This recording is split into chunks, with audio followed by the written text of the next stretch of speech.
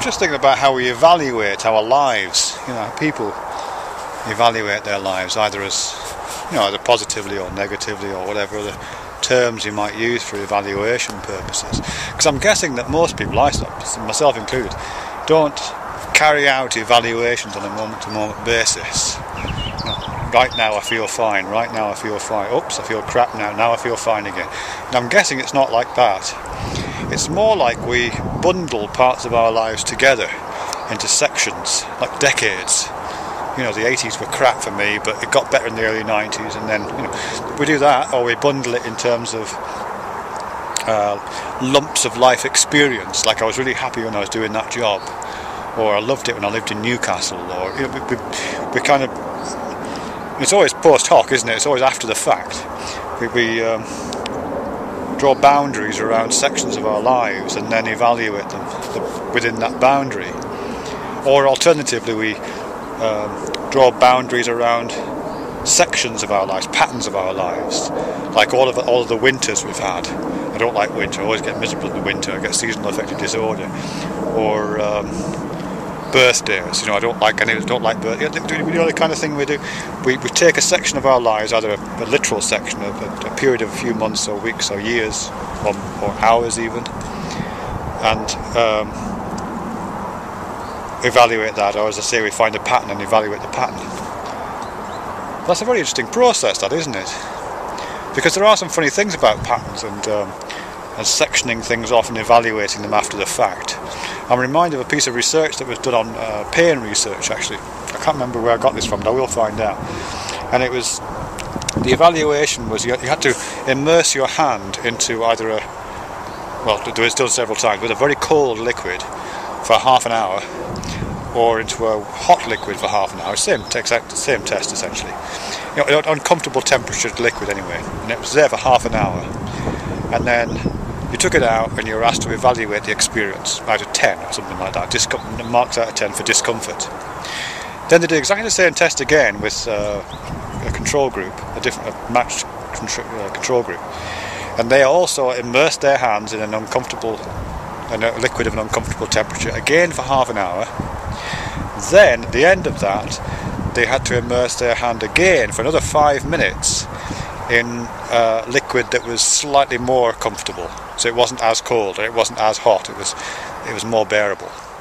So in all, they had a longer experience, 30 minutes of the same pain-inducing experience, and then 5 minutes at the end of a less pain-inducing experience, but still a slightly uncomfortable experience.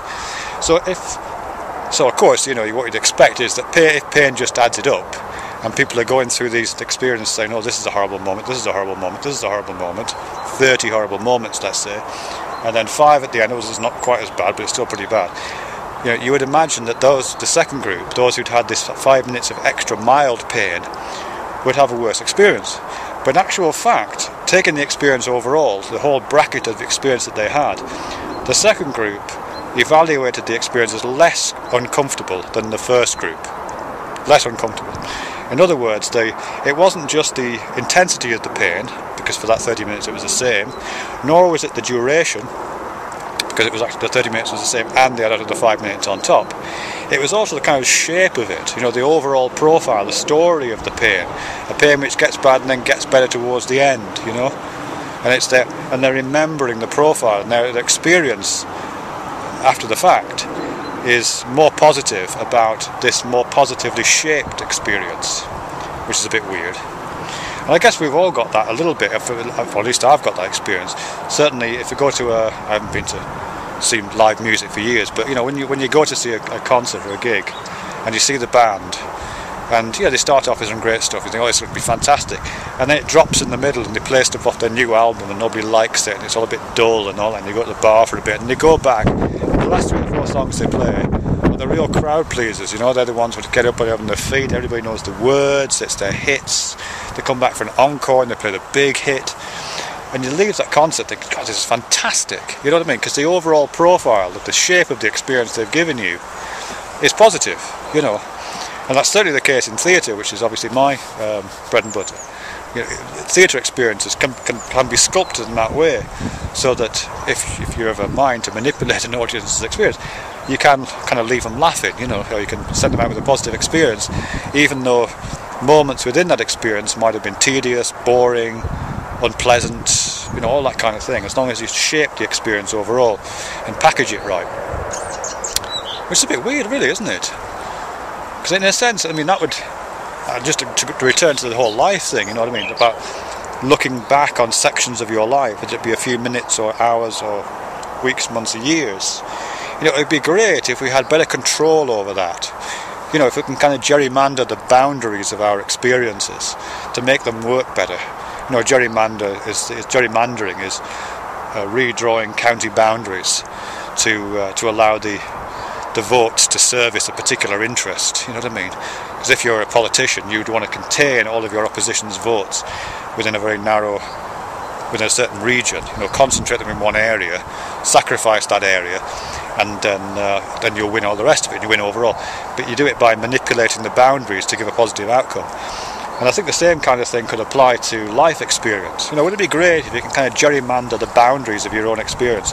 So if something really shitty happens to you, you know, you fall out with your lover, or somebody dies, or, you know, you have a crash and a paralysis, whatever it is, you know what I mean, something really shitty happens.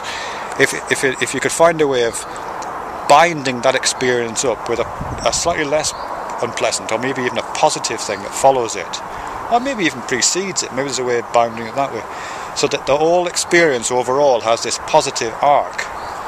So I know it sounds like it's always look on the bright side of life, but it is part of that. But if you're not doing that, you're doing something else, so it's always contrived, whatever you do, isn't it?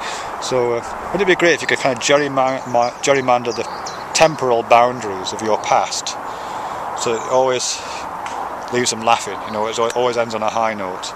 The encore to that horrible experience is, you know, Virginia Plain by Roxy Music, or it's whatever the hit is, you know. It's great.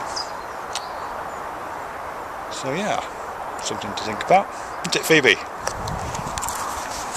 If you could gerrymander the boundaries of your experience, Phoebe. Don't fucking talk to me, I'm a dog. And a very nice dog you are too.